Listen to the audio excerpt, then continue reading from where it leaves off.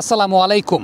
দেখেন এই টাইপের উইকেটগুলোতে আসলে ফিঙ্গার স্পিনাররা ম্যাক্সিমাম ক্ষেত্রে ডমিনেট করেন। লেগ স্পিনারদের ডমিনেট করার জন্য একটু স্কিডি কাইন্ড অফ উইকেট প্রয়োজন হয়, একটু স্কিডি কাইন্ড অফ সারফেস প্রয়োজন হয়। তারপরও রিশাদ 6টা উইকেট নিয়েছেন তার ডিসিপ্লিনের কারণে।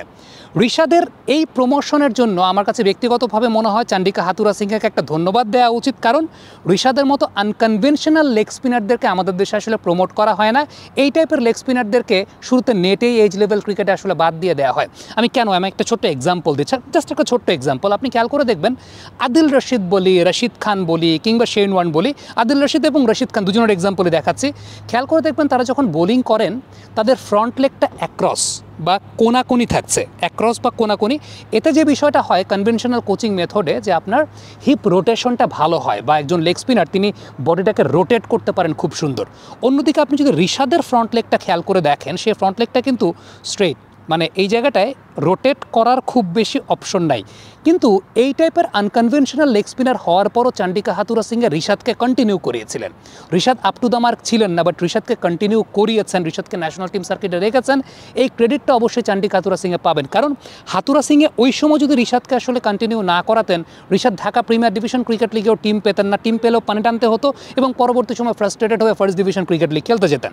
এখন এই জায়গাটা আমার কাছে পুরোপুরি ব্যক্তিগতভাবে মনে হয় যে হাথুরা সিংয়ের অনেক খারাপ গুণ ছিল, অনেক বিষয় নিয়ে কথাবার্তা আছে, বাট এই জায়গাটা হাথুরা সিং একটা অনেক বড় ক্রেডিটের জায়গাটা পাবেন। এবং হাথুরা সিংয়ে যদি কন্টিনিউ থাকতেন 15 সাল থেকে, অন্তত লেগ স্পিনারের ক্ষেত্রে লিখন বলেন, বিপ্লব বলেন, এই বোলারগুলোরও আসলে নিয়মিতভাবে দেখভাল করা হতো। এখন রিশাদ মাঝখানে আমরা একটা সময় দেখেছি যে রিশাদ ব্যাক টু ব্যাক 2টা সিরিজ এরকম জায়গা মতো বল ফেলতে পারছেন না। এশিয়া কাপে আবার দেখছি তাকে জায়গা মতো বল ফেলছেন। হ্যাঁ, তার ভান্ডারে গুগলির মতো শার্প গুগলি নাই, বাট গুগলিও ইদানিংকালে তিনি করা শুরু করেছেন। এশিয়া কাপে আমরা দেখেছি, কালকেও আমরা দেখলাম যে লাস্ট উইকেটটা তিনি গুগলির মাধ্যমে নিয়েছেন। সো ইটস গুড, তার মধ্যে প্রোগ্রেসটা আছে, বোলিংয়ের ডিসিপ্লিনের ওই ব্যাপারটা আছে।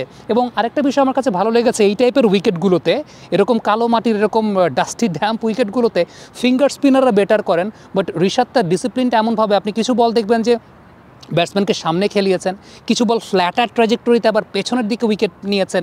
এই কম্বিনেশনটা খুব ভালো ছিল। এবং যেগুলো ফ্ল্যাটার ট্র্যাজেক্টরিতে করেছেন একটু পেছনের লেন্থে, সেগুলো দেখবেন 88-89 কিলোমিটার, যেটা আবার ফ্লাইট দিয়ে সামনে করেছেন 82-83 কিলোমিটার। সো এই প্রোগ্রেসটা আছে। আমাদের দেশে যে বিষয়টা হয় যে কালকে যদি আবার রিশাদ খারাপ বোলিং করেন, একটা ব্যাট ডে যায়, হয়তো বা কথা উঠবে বাদ দিয়ে দাও। আমরা এই বাদ দিয়ে দাও কথাটা খুব পছন্দ করি, but to be very honest, invest করাটা খুব গুরুত্বপূর্ণ একটা বিষয়। যেহেতু এই টাইপের স্পিনার আমাদের দেশে নাই, এখন হয়তো বা ওয়াসিরা এসেছেন বা এখন হয়তো বা অনেকে আসছেন, কিন্তু রিশাদের উপর যে সময়টা ইনভেস্ট করা হয়েছিল আমাদের তো নাই।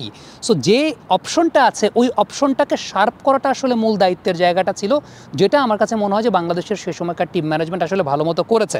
চান্ডিকা হাথুরা সিংয়ের টিম ম্যানেজমেন্ট খুব ভালো মতো করেছে, এই ক্রেডিটটা আসলে তাদেরকে দিতে হবে। আমি আবারও বলি, আমাদের দেশে যে বাদ দিয়ে দেওয়াটা একটা খুব সহজ অপশন হয়ে যায়, কিন্তু ওই যে বাদ দেওয়ার পরিবর্তে শার্প করা, এটা আসলে খুব গুরুত্বপূর্ণ। এবং একটা প্লেয়ারকে যখন আপনি ন্যাশনাল টিম থেকে বাদ দিচ্ছেন, তারপর এইচপি কিংবা এ টিমের ওই জায়গাটাতে প্রপার গ্রুমিংটা আসলে খুব গুরুত্বপূর্ণ, যেটা আসলে আমাদের দেশে খুব বেশি হয় না।